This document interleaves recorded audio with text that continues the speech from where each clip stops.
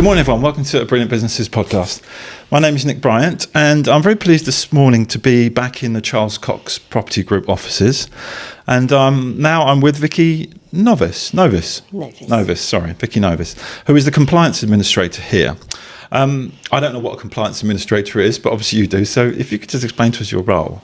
Yeah, I look after about 200 blocks of flats, instructing or making sure we have asbestos reports in place, EICRs are in date, fire risk assessments, fire door inspection reports, and then many others. Yeah. Then it gets a bit stranger as the different blocks come up. So just making sure the residents are safe. Okay. And how long have you been in this role? I've been in this role since March of this year, so it's all very new to me. It is new, yeah. I came from an asbestos background, where I was for a few years. Okay. And so the leaseholders or the people within the premises that you probably liaise with them quite a bit about making sure that everything is in the right place. And you mentioned fire risk assessments earlier. And what are some of the things that come out of fire assessments? At the moment, the main things that come up is about doors, which is obviously very important. Yeah. Where the gaps are too large, or it doesn't close snug. We have house staff in some of our blocks, so we make sure that we have a contractor that trains them so they know how to do the quarterly checks on the high rises. Yeah. The other thing that comes up are the manual call point covers. Some are missing. Okay. I don't know why they're missing. Yeah. I don't know if someone's got a thing about stealing call point covers, but a lot of the time we go around putting them back on because it limits the risk of someone accidentally hitting it. Okay. So that comes up. The other things that come up are the notice boards in the common areas. They're not fire retardant. At the moment they're saying about taking them down, replacing them with a fire retardant notice board. There's signage problems. Sometimes they're a bit worn over time, and then we replace them. Yeah. There are, what other things? I guess the notice boards that you were talking about, they're probably made out of cork or something like that, are they? I mean, that's probably go up like a treat, wouldn't they? Yeah, the other thing is obviously educating people about the common areas, because some of the residents start taking over the common areas and thinking it's like an extension of their property. Yeah, right. So before you know it, there's like a bike out there, a buggy, some wellies, or even boxes. And they just need to be aware that if there was a fire, one, it would be a trip hazard. Yeah. And the other thing is that if there was a fire, it's combustible, so it would fuel the fire. Yes, of course. So it's just educating people about that. Yeah. So are you always going out and checking the properties? No, we have somebody that goes out and does inspections on all the blocks. Okay. So as part of that, if we were to come across a block that has got personal items, we would tag the item and ask them to remove it and give them, I believe it's 30 to 60 days to remove it. And if they don't, then unfortunately we would remove it and keep it into storage. And if they want it back, obviously they can. Yeah. But that is just something that's ongoing and does come up a lot. Yeah.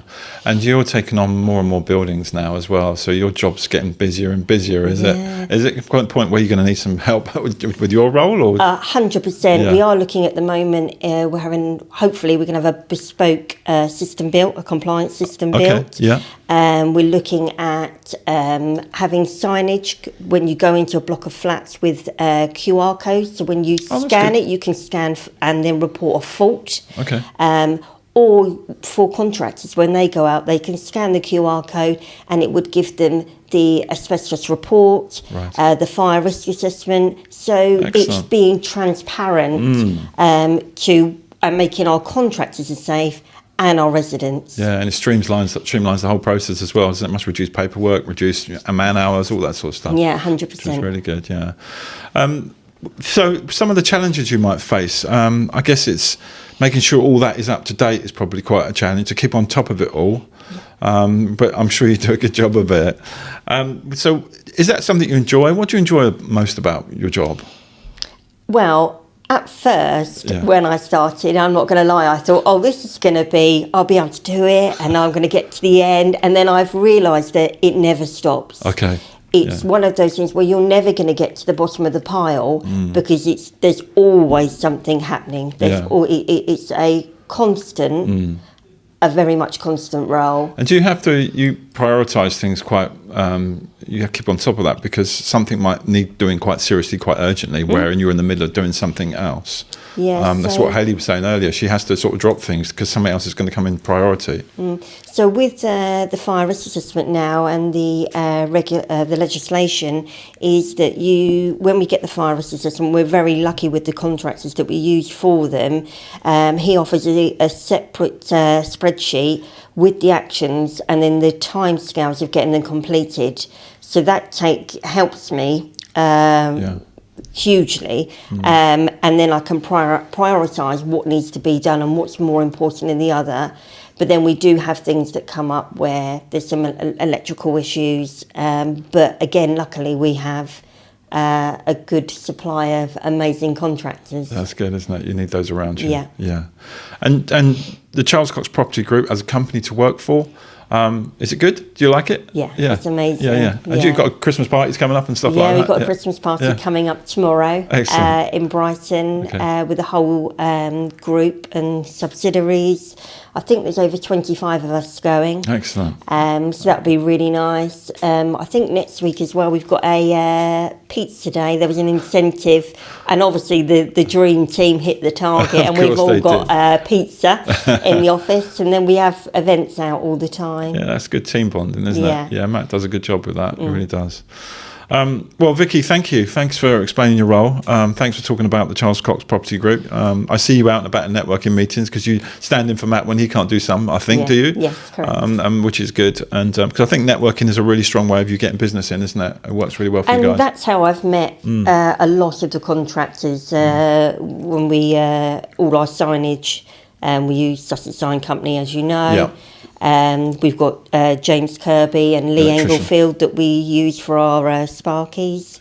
Obviously, I came from an asbestos firm, and I'll keep using them because I'm loyal.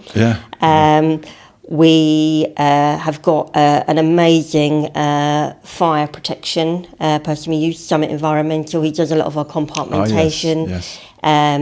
Works and our fire door inspection reports. It's been a godsend networking for me. Having all those quality people that you can call upon. Yeah, that's really good. Great. Okay. Well, thanks, Vicky. Thanks for talking to me. And I'll let you get on with your day. And we're going to talk to James next, I think. But thanks again, and we'll see you all for another podcast soon. Thanks, Vicky. Lovely. Thank you.